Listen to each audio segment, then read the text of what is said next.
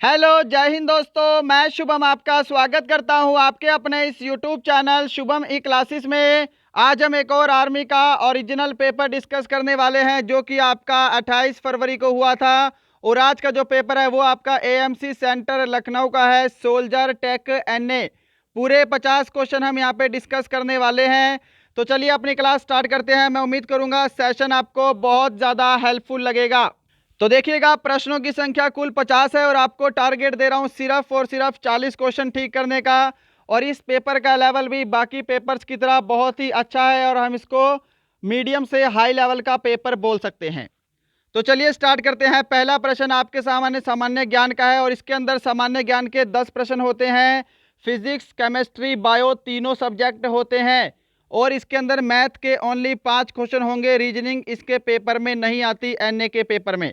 प्रत्येक क्वेश्चन आपका 4 नंबर का आता है। तो देखिएगा, यहाँ पे पहला क्वेश्चन है, कौन सी अक्षांश रेखा भारत से गुजरती है। बिल्कुल कंप्लीट टेस्ट लगाना है। जिनका भी आने वाला एग्जाम है, हो सकता है कि इनमें से कुछ क्वेश्चन आपके जीडी में आ जाएं, ट्रेडमैन में आ जाएं, क्लर्क में आ जाएं। तो कौन सी अक्षांश रेखा भारत से गुजरती है, तो कर्क रेखा गुजरती है। जिन्होंने भी ऑप्शन बी को आंसर किया है उनका आंसर बिल्कुल राइट है। क्वेश्चन नंबर सेकंड का आंसर देंगे, जल्दी से डिस्कस करेंगे। बिजली की खोज किसके द्वारा की गई। ये वाला क्वेश्चन रिपीटेड है, साथ साथ बताता चलूंगा कौन सा क्वेश्चन नया है, कौन सा रिपीटेड है। ये 1 नवंबर और 23 फरवरी 2020 दोनों ही शिफ्ट में पूछा गया था। ऑप्शन सी करेक्ट होगा, Benjamin Franklin. Question number third आपके सामने है, इनमें से कौन सा देश संयुक्त राष्ट्र संघ का सदस्य नहीं है। संयुक्त राष्ट्र संघ का सदस्य कौन सा देश नहीं है। ऑप्शन ए आपका करेक्ट आंसर होगा, वेटिकन सिटी। और आज का जो पूरा मॉडल पेपर है ये पूरी तरह से हिंदी में है, ठीक है। जो भी इंग्लिश वाले स्टूडेंट हैं, इंग्लिश लैंग्वेज वाले, उन सभी से माफ़ी चाहूँगा। यदि आज मैं इंग्लिश का बनाता तो आपका आज की क्लास भी मिस हो जाती। आज हमारे पास थोड़ा समय का अभाव था, इसलिए हम इंग्लिश में ट्रांसलेट नहीं कर पाए। बट आपकी कल से जो क्लास होंगी वो प्रॉपर हिंदी और इंग्लिश दोनों ही लैंग्वेज में होंगी। क्वेश्चन नंबर 4 है, भारतीय विज्ञान संस्थान किस जगह स्थित है। देश नहीं है यहाँ पे। भारतीय विज्ञान संस्थान कहाँ पर स्थित है। ऑप्शन आपके सामने है और आंसर मैच करेंगे। जिन्होंने भी ऑप्शन ए को दिया है बेंगलुरु, इनका राइट आंसर होगा। क्वेश्चन नंबर 5 आपके सामने है, एशियाई विकास बैंक का मुख्यालय कहाँ स्थित है। यह तो बहुत बार करवाया गया प्रश्न। ऑप्शन इसका कौन सा राइट होगा, मनीला फिलीपींस। ऑप्शन बी जिन्होंने आंसर दिया है उनका करेक्ट है। एशियाई विकास बैंक की स्थापना 1966 में हुई थी। मनीला फिलीपींस में इसका हेडक्वार्टर है। क्वेश्चन नंबर आपके सामने 6 है, निम्न में से किस देश का लिखित संविधान नहीं है। किस देश का लिखित संविधान नहीं है। राइट आंसर ऑप्शन सी होगा इसका, इंग्लैंड। आंसर मैच करते जाइएगा। लास्ट में सभी का स्कोर कमेंट बॉक्स में चाहिए। क्वेश्चन नंबर 7, सौरमंडल का सबसे बड़ा ग्रह कौन सा है। ऑप्शन डी करेक्ट आंसर होगा, बृहस्पति।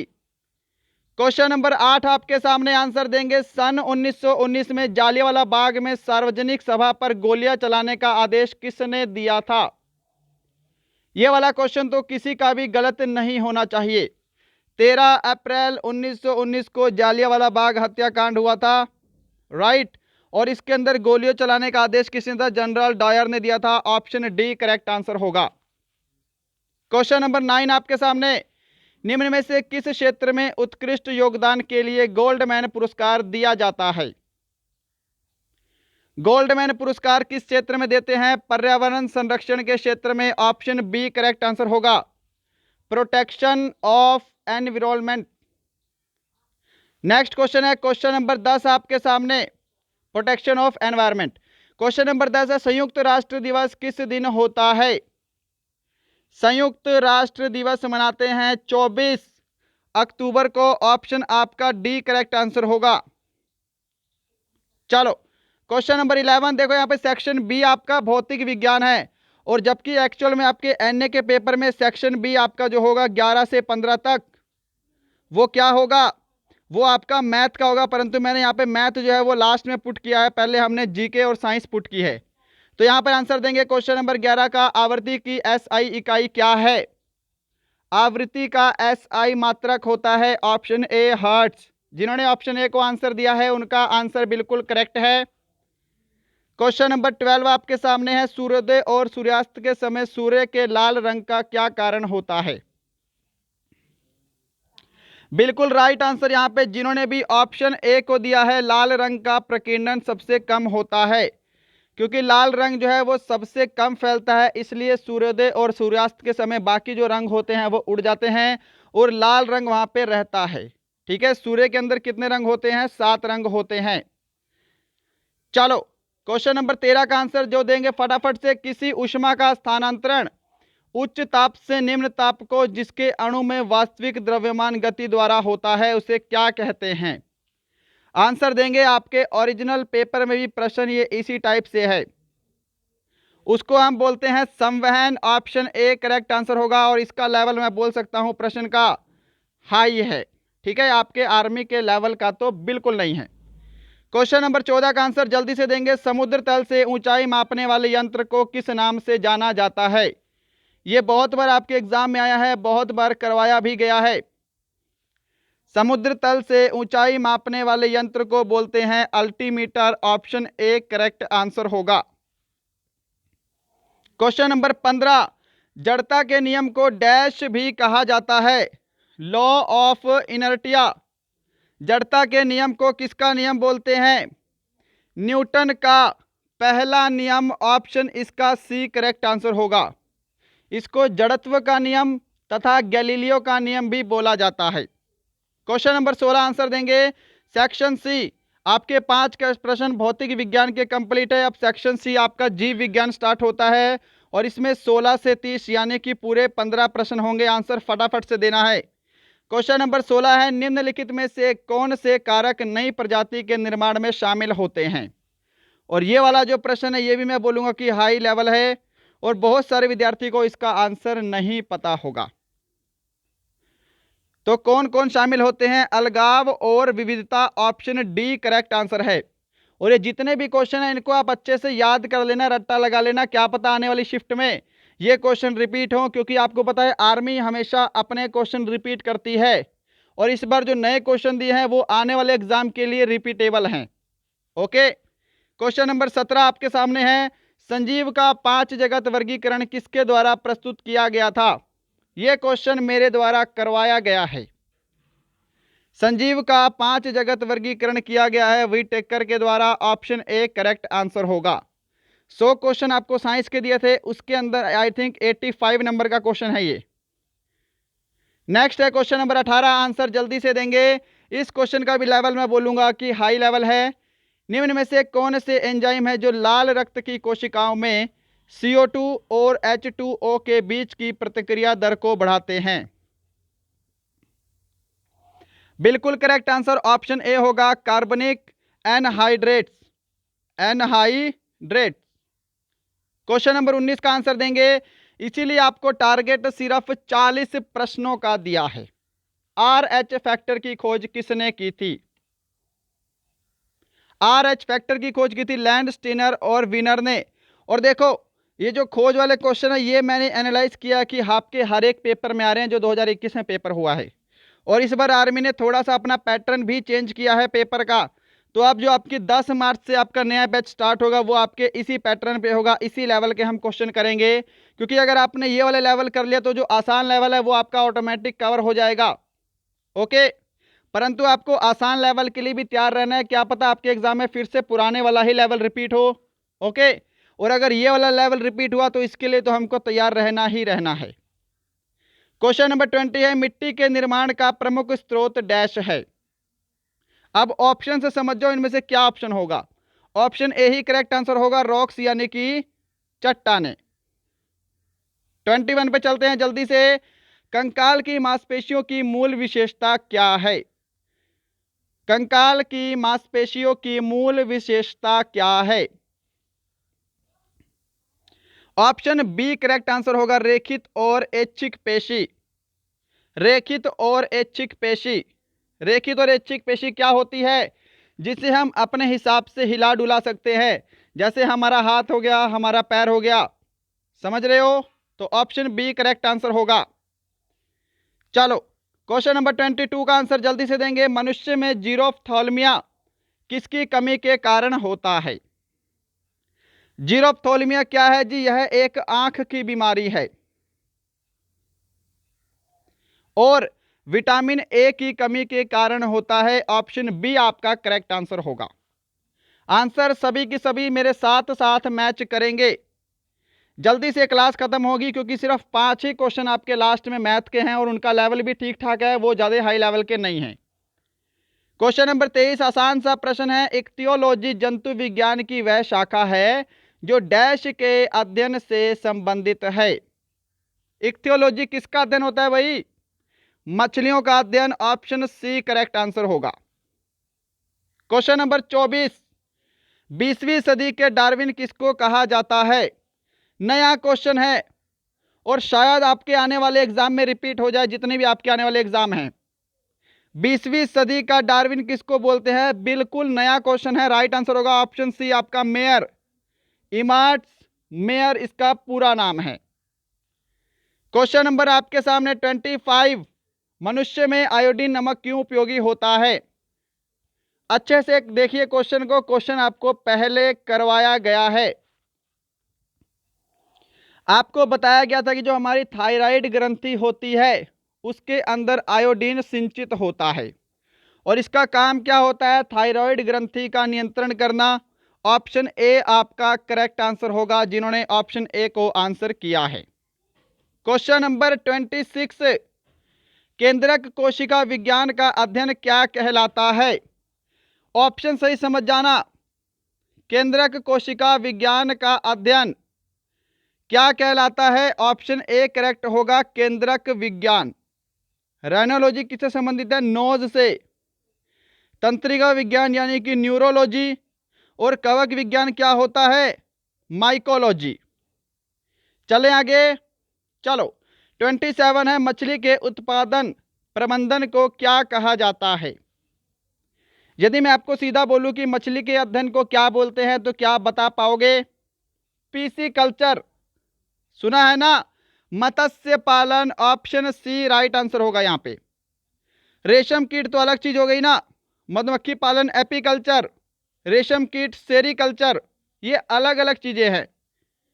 28 क्वेश्चन बाह्य वातावरण में परिवर्तन के बावजूद आंतरिक अनुकूल परिस्थितियों का रखरखाव क्या कहलाता है? आज की क्लास जल्दी खत्म होगी क्योंकि आपके 45 तक क्वेश्चन तो साइंस और जीके के ही हैं। लास्ट के 5 ही प्रश्न आपके मैथ के हैं, तो पूरी देख लीजिएगा क्लास। और जिनको क्लास पसंद आ रही है लाइक जरूर करेंगे। लाइक शेयर एंड सब्सक्राइब अपने आप कर दिया करो। आंसर दो इसका। क्या कहलाता है बाह्य वातावरण में परिवर्तन के बावजूद आंतरिक अनुकूल परिस्थिति का रखरखाव? यह कहलाता है समस्थैतिक। समस्थैतिक। ऑप्शन डी आपका राइट आंसर होगा।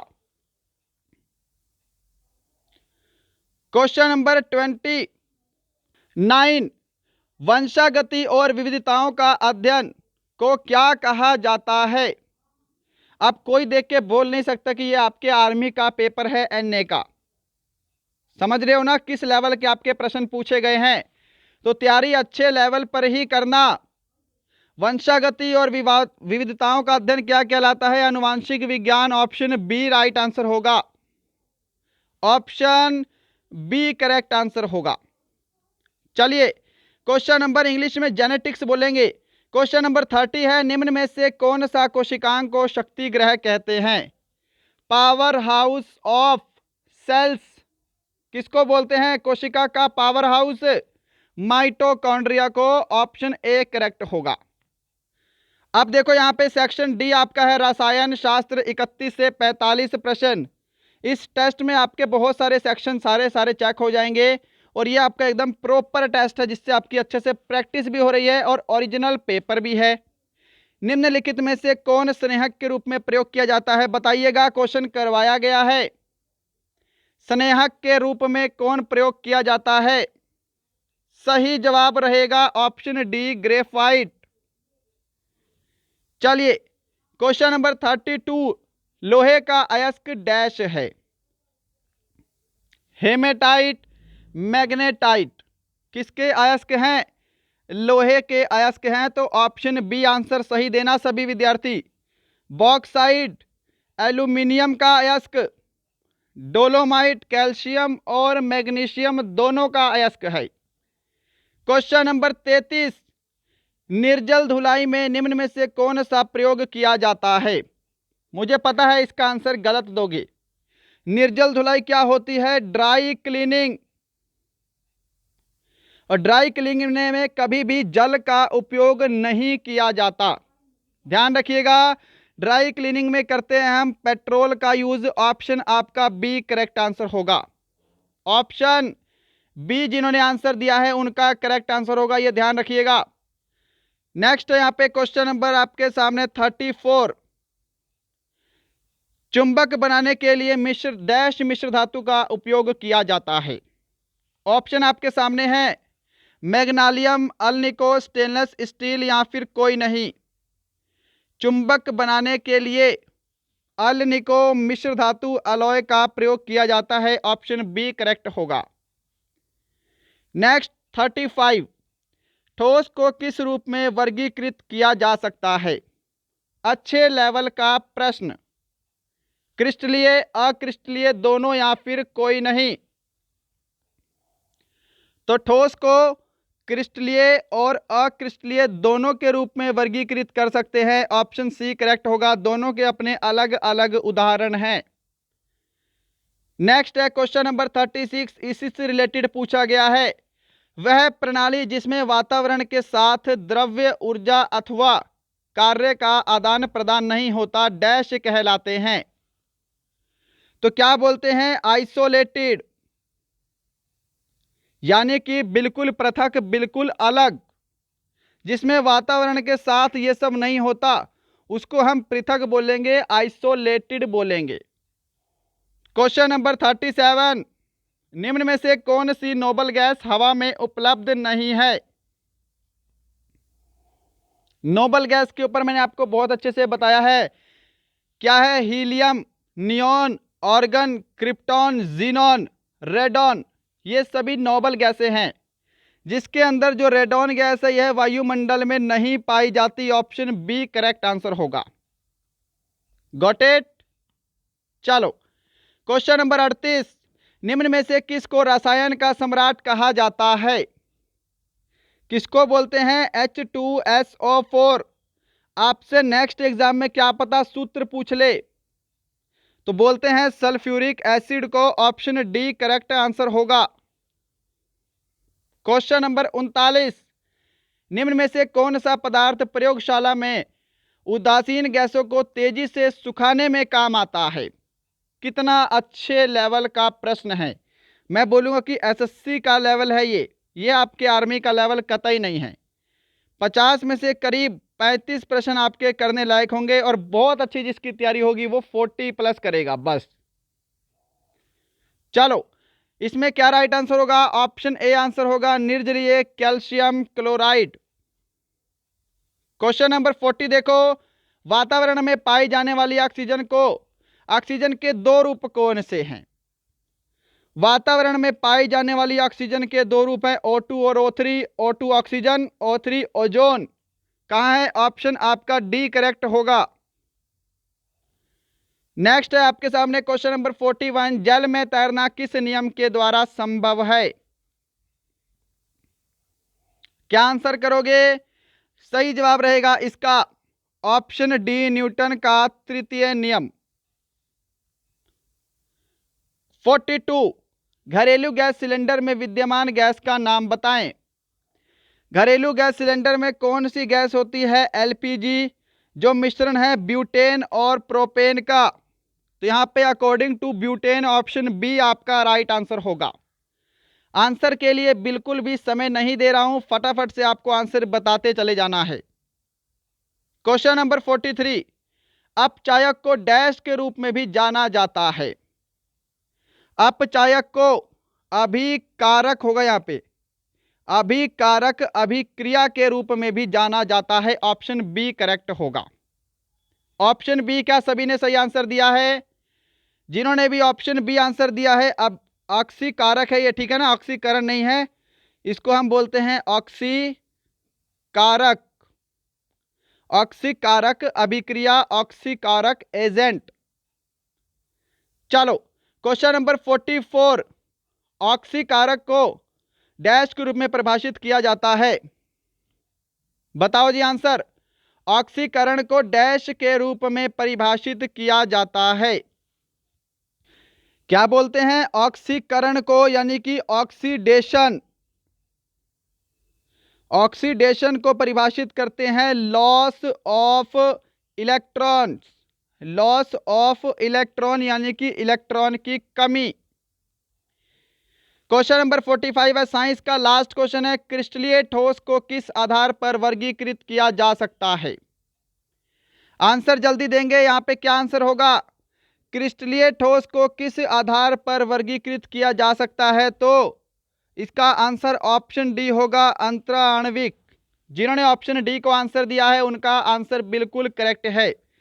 कुछ प्रश्न तो ऐसे पूछे हैं जिनका पूछने का कोई मतलब बनता ही नहीं है।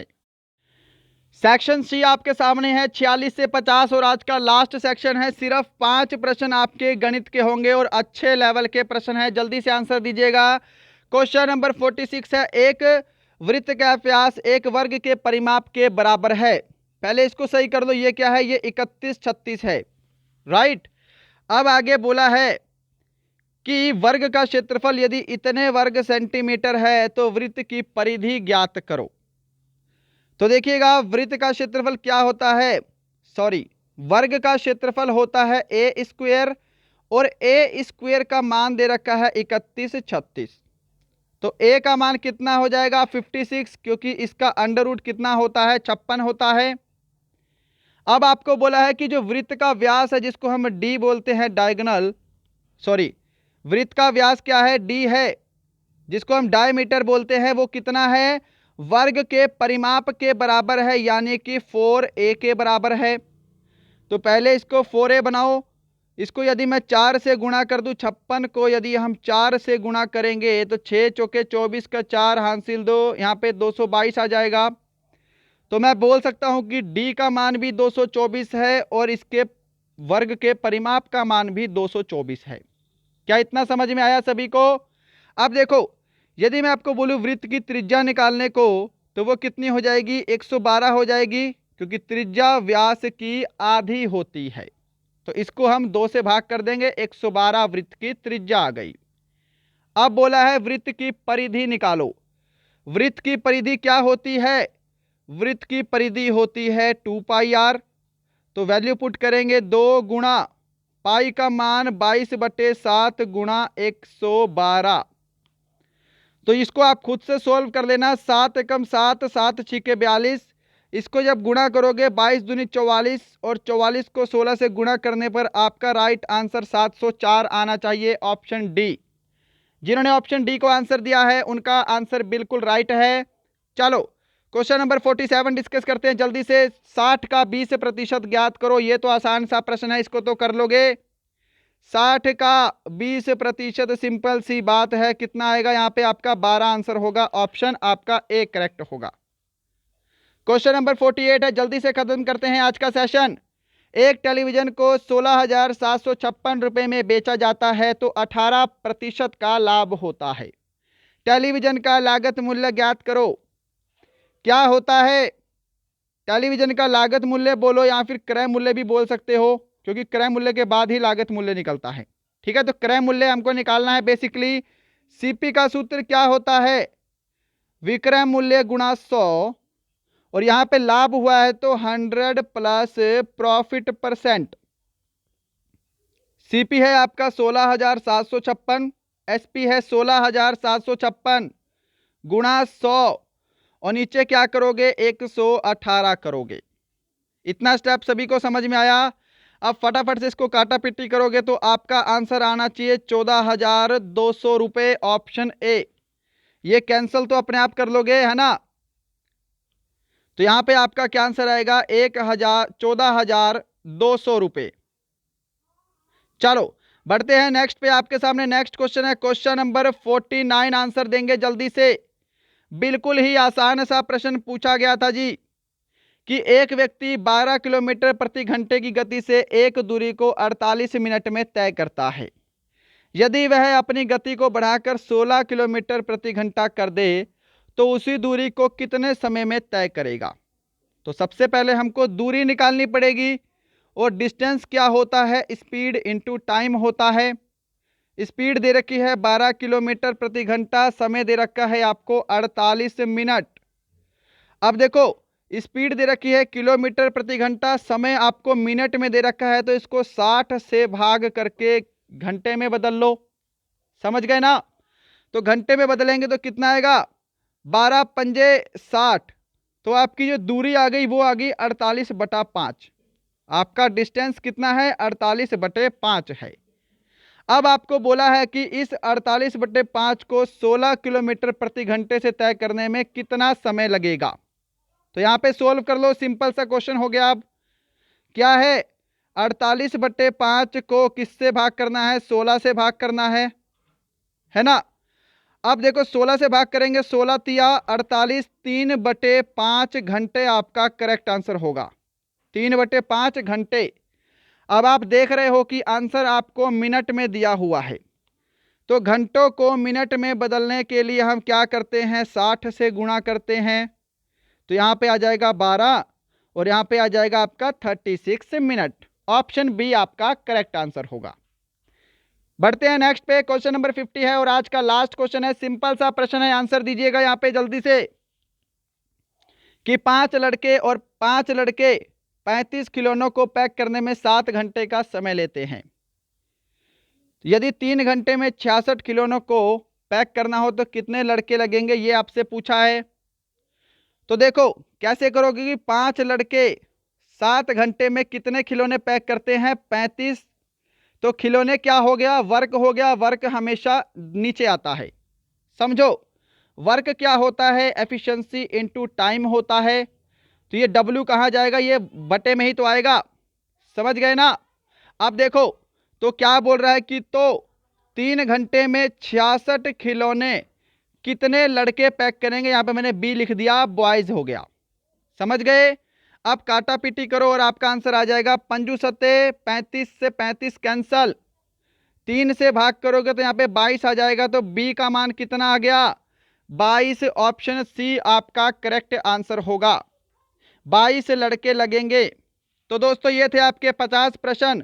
मैं उम्मीद करूंगा सेशन आपको हेल्पफुल लगा और बहुत ही हार्ड लेवल था आपका army Lucknow soldier tech NA 2021 28 फरवरी पेपर।